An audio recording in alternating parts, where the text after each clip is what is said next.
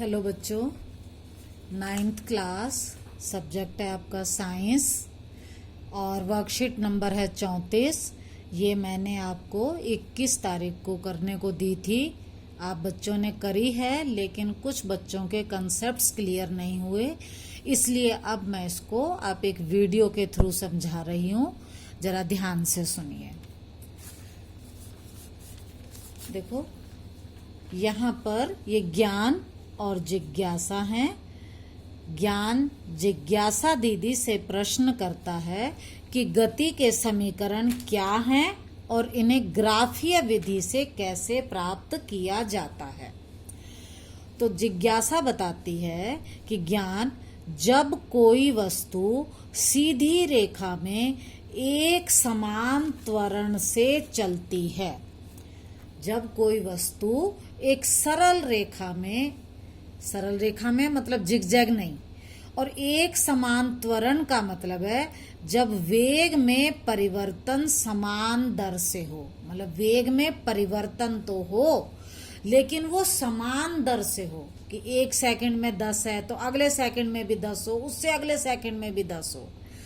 तो एक निश्चित समय अंतराल में, मतलब एक निश्चित समय के बाद उसके वेग में और त्वरण में और वस्तु के द्वारा तय की गई दूरी, इन तीनों चीजों के बीच जो संबंध होता है उसे हम गति के समीकरण कहते हैं। दोबारा सुनिए, एक वस्तु है जो सरल रेखा में चल रही है, और कैसे चल रही है? एक समान त्वरण से चल रही है। तो एक निश्चित समय में उसके वेग में, त्वरण में और तय की गई दूरी, इन तीनों चीजों के बीच जो संबंध होगा उसे हम गति के समीकरण कहते हैं। ये आपको बेटा पहला सेंटेंस क्लियर हो गया होगा। अब है गति के 3 समीकरण हैं। कितने समीकरण हैं? 3। पहला, दूसरा और तीसरा। देखो, जो गति का पहला समीकरण है वो है v बराबर u प्लस at। दूसरा समीकरण है s बराबर ut प्लस हाफ, 1/2 को हाफ बोल रहे हैं, at स्क्वेयर। और तीसरा समीकरण है v square minus u square बराबर 2as।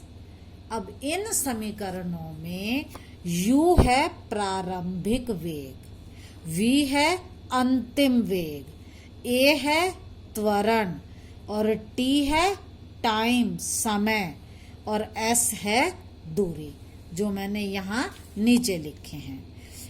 u प्रारंभिक वेग है, v अंतिम वेग है, त्वरण a है जो एक समान है, s तय की गई दूरी है और t समय है। अब अगर हम गति के पहले समीकरण को देखते हैं, v बराबर u प्लस at, तो ये संबंध बताता है वेग और समय के बीच में। ये हमें किसका संबंध बताता है? वेग और टाइम, समय के बीच में। दूसरा समीकरण हमें बताता है s दूरी और स्थिति की वस्तु, ये समय। देखो, s यहां पर है दूरी, दूरी का मतलब कि वस्तु कहां पर है, कितनी दूरी पर है, और t का मतलब यहां पर समय। इन दोनों के बीच में संबंध बताता है। अब जो गति का तीसरा समीकरण है वो हमें बताता है वेग और स्थिति, वही दूरी के बीच में संबंध। अब हम तीनों समीकरणों को पढ़ेंगे। आज की वर्कशीट में हमें सिर्फ गति का पहला समीकरण पढ़ेंगे और उसे हम ग्राफ द्वारा करके देखेंगे। देखो बेटा, इसमें पहले समीकरण में पहला समीकरण आपको मालूम है v बराबर u प्लस at। देखो, हमारी कोई वस्तु है जो एक समान त्वरण से चल रही है। किससे चल रही है? एक समान त्वरण से। आपको मालूम है एक समान त्वरण से चलने वाली वस्तु का वेग समय ग्राफ एक सरल रेखा में होता है। जब इस तरह से ग्राफ आए तो वो एक समान त्वरण है, जब जिगजैग टेढ़ा मेढ़ा आए तो वो असमान होता है। तो हमारी वस्तु का एक समान त्वरण है। और दूसरी बात क्या है कि इसमें u प्रारंभिक वेग 0 के बराबर नहीं है। प्रारंभिक वेग 0 नहीं है। आप यहाँ देख सकते हो ये 0 है और प्रारंभिक वेग यहाँ a पर है u। ठीक है, प्रारंभिक वेग 0 नहीं है। अगर 0 होता तो ग्राफ यहां से शुरू होता। ग्राफ यहां से शुरू हो रहा है तो इसका मतलब इसका प्रारंभिक वेग 0 नहीं है, वो a से शुरू हो रहा है। अब क्या है, इसमें प्रारंभिक वेग u है जो t टाइम के बाद यहां तक आते आते टाइम हो गया t, o से लेकर c तक, और प्रारंभिक अंतिम वेग हो जाता है v। ठीक है, और उसका प्रारंभिक वेग u से बढ़कर v हो जाता है और उसमें कितना समय लगता है, t सेकंड का। अब वस्तु का वेग एक समान त्वरण a से परिवर्तित होता है। मैंने आपको पहले ही बताया ये एक समान त्वरण a है और इससे वो परिवर्तित हो रहा है। अब देखो हमें समीकरण निकालने के लिए क्या करेंगे, हम यहाँ B से एक लंब खींचेंगे। किस पर, x अक्ष पर। ये x अक्ष है, हमने इस पर B से एक लंब खींचा BC। B से BC लंब खींचेंगे कहाँ पर, x अक्ष पर। इधर वाला होता है y अक्ष, ये है x अक्ष और ये है y अक्ष।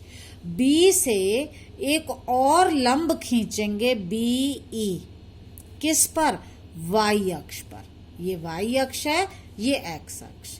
और तीसरा क्या करेंगे, हम A से AD खींचेंगे समानांतर, किसके, OC के। A से AD OC के समानांतर खींचेंगे। समानांतर का मतलब ये वाली दूरी समान होगी, समान अंतर पर। अब यहाँ पर प्रारंभिक वेग है O से लेकर A तक, कितना, OA। ये प्रारंभिक वेग है OA। अंतिम वेग, वस्तु बाद में यहाँ इस वेग पर आ गई है, तो अंतिम वेग है BC। C से लेकर B तक हम इसको लिखेंगे BC। और समय कितना है, O से लेकर C तक समय है OC। अब बेटा आपको मालूम है t सेकंड में वेग में परिवर्तन, देखो शुरू में प्रारंभ में इतना है, अंत में इतना है, तो वेग में परिवर्तन कितना चेंज आया, हम अंतिम वेग में से प्रारंभिक वेग को माइनस करेंगे। तो अंतिम वेग माइनस प्रारंभिक वेग। अब अंतिम वेग कितना है, अगर हम ग्राफ को देखें तो अंतिम वेग था हमारा BC, ठीक है, और प्रारंभिक वेग हमारा कितना था, ये वाला DC या CD, और ये आया हमारा वेग में परिवर्तन। दोबारा देखो, प्रारंभिक वेग था हमारा ये वाला DC, अंतिम वेग था हमारा BC।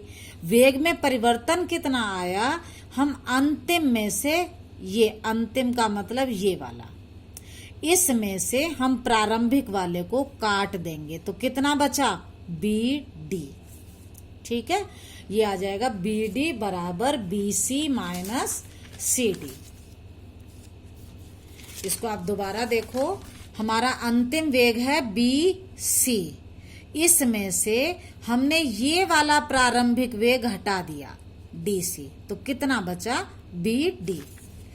अब हम ग्राफ को अगर देखें, ग्राफ द्वारा BC, ये वाला BC किसके बराबर है, BD प्लस DC। BC बराबर BD प्लस DC। अब देखो BC बराबर BD प्लस OA। OA कहाँ से आया?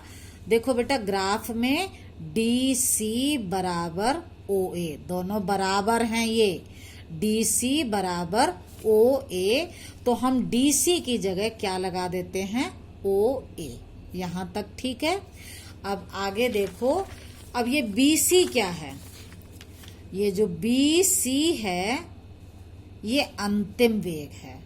OA क्या है? प्रारंभिक वेग। BC अंतिम वेग V होता है, OA प्रारंभिक वेग U होता है। अगर हम ये वाले वैल्यू इस समीकरण में लगा दें तो देखो BC की जगह आपने लगा दिया V, OA की जगह हमें लगाना है U, तो समीकरण बन जाएगी BC की जगह तो V लगाया, ये BD आ गया, OA की जगह हमने U लगाया। आगे देखो, हम इस U को बराबर से इधर लाते हैं और जब इधर लाएंगे तो ये प्लस की बजाय हो जाएगा माइनस, तो ये आएगा V माइनस U बराबर BD। जब भी हम इसको बराबर से लेफ्ट हैंड साइड में लाएंगे तो ये प्लस का क्या बन जाएगा? माइनस। इसको डाल लो समीकरण नंबर 1। अब आगे देखो, वेग समय ग्राफ के द्वारा, ये जो हमारा ग्राफ था इसके द्वारा हमें क्या पता चलता है? त्वरण होता क्या है? त्वरण का सूत्र है वेग में परिवर्तन बटे समय। त्वरण को हम A से दर्शाते हैं, वेग में परिवर्तन यहाँ पर BD है और समय यहाँ पर OC है, A से लेकर D तक। दोबारा देखो, अगर हम इस ग्राफ को देखते हैं तो त्वरण है A, वेग में परिवर्तन है BD और समय है AD। ठीक है, तो A बराबर BD बटे AD, A बराबर BD बटे OC। अब OC क्यों लगाया मैंने? क्योंकि ये AD और OC दोनों बराबर हैं, AD बराबर OC, तो मैंने यहां लगा दिया OC। A बराबर BD बटे OC क्या है? T सेकेंड, टाइम, तो ये T आ गया, OC बराबर T है तो मैंने यहाँ T लगा दिया। अब आएगा क्रॉस मल्टीप्लाई जब करेंगे, क्रॉस मल्टीप्लाई का मतलब इसके बटे कुछ नहीं है, जिसके बटे कुछ नहीं है उसके बटे हम लगा लेते हैं 1 और इस 1 को इससे गुणा करेंगे तो ये आ जाएगा BD और इस A को करेंगे T से गुणा, इसको बोलते हैं क्रॉस मल्टीप्लाई या वज्र गुणा, ये आ जाएगा 80। अब आपको समीकरण नंबर 1 और 2 को देखना है। समीकरण नंबर 1 है V माइनस U बराबर BD और समीकरण नंबर 2 में BD की वैल्यू आ गई 80, तो हम BD की जगह क्या लगा सकते हैं? 80। हम वही करेंगे, V माइनस U बराबर 80, या हम इसको ऐसे लिख सकते हैं V बराबर, अब ये इधर माइनस था और जब ये बराबर से इधर आएगा तो ये प्लस में हो गया और ये बन जाएगा U प्लस 80। यही हमारे गति का पहला समीकरण है। अब आपके इसमें ये बात आपको समझ आ गई होगी। अब एक उदाहरण दे रखा है। उदाहरण है, किसी चलती बस पर, बस चल रही है, उसका कुछ ना कुछ प्रारंभिक वेग है, मान लो वो है U। ब्रेक लगाने पर, जब हमने उसमें ब्रेक लगाया तो इसका मतलब वो रुकेगी, अंतिम वेग हो जाएगा V। प्रारंभिक वेग हमें नहीं पता, कुछ है U मान लिया। अंतिम वेग, क्योंकि ब्रेक लगाए हैं बस रुक गई है तो अंतिम वेग हो जाएगा 0। अंतिम वेग होता है V, तो V बराबर 0 मीटर पर सेकंड। लगाने पर गति के विपरीत दिशा में 6 मीटर प्रति सेकंड स्क्वायर का त्वरण को लिखते हैं हम A से। त्वरण आया 6 मीटर प्रति सेकंड स्क्वायर, और क्योंकि ये विपरीत दिशा में है तो इसलिए हम इसके आगे माइनस लगाएंगे। जब भी विपरीत दिशा हो तो हम माइनस लिखते हैं। और कितना टाइम लगा, यदि बस ब्रेक लगाए जाने के बाद रुकने में 2 सेकंड का समय लेती है, टाइम आ गया आपका 2 सेकंड, तो हमें प्रारंभिक वेग जो हमने u माना है वो निकालना है। अब देखो, आपको गति का पहला समीकरण अभी आपने फॉर्मूला पढ़ा था, ये हमने लिख लिया a, v, t और u। फॉर्मूला आपने पढ़ा v बराबर u प्लस at। अब v कितना है 0, हमने 0 लगा दिया। u हमें निकालना है, प्लस a कितना है -6, माइनस को भूलना नहीं है, और t कितना है 2। तो अब 0 u, हमने 6 को 2 से गुणा किया तो 12 है, और निशान आएगा माइनस का, क्योंकि ये माइनस है। अब इस 12 को हम इधर ले आते हैं, यहां ये माइनस में था, जब इधर आएगा तो ये प्लस हो जाएगा, ये आएगा u बराबर 12, u बराबर 12, और क्योंकि इसका मात्रक है मीटर प्रति सेकंड, तो आंसर आ जाएगा प्रारंभिक वेग बराबर 12 मीटर प्रति सेकंड। अब हम इसके क्वेश्चन देखेंगे। देखो, पहला क्वेश्चन है गति के 3 समीकरण लिखिए। आपकी वर्कशीट में ये गति के तीनों समीकरण दे रखे हैं, पहला, दूसरा और तीसरा। मैं इसके आंसर भी आपको फोटो भेज रही हूं, आप देख लेना। दूसरा प्रश्न है, गति के पहले समीकरण को वेग समय ग्राफ की मदद से व्युत्पन्न कीजिए। बेटा, यहां से लेकर यहां तक ये पूरा आपको इसके आंसर में लिखना है। तीसरा प्रश्न है, गति के समीकरण में v, u, s, t और a क्या निरूपित करते हैं। देखो, मैंने आपको बताया था v अंतिम वेग है, u प्रारंभिक वेग है, s जो है वो दूरी है, t टाइम समय है, और a है इसका त्वरण। और ये आंसर आपको यहां से मिल जाएगा जो बॉक्स में। आपको तीनों प्रश्न हो गए हैं। तीनों प्रश्न की मैं आपको फोटो भी देख रही हूं। आप जल्दी से वर्कशीट में जो भी कमी है उसको पूरा करके मेरे पास भेजिए।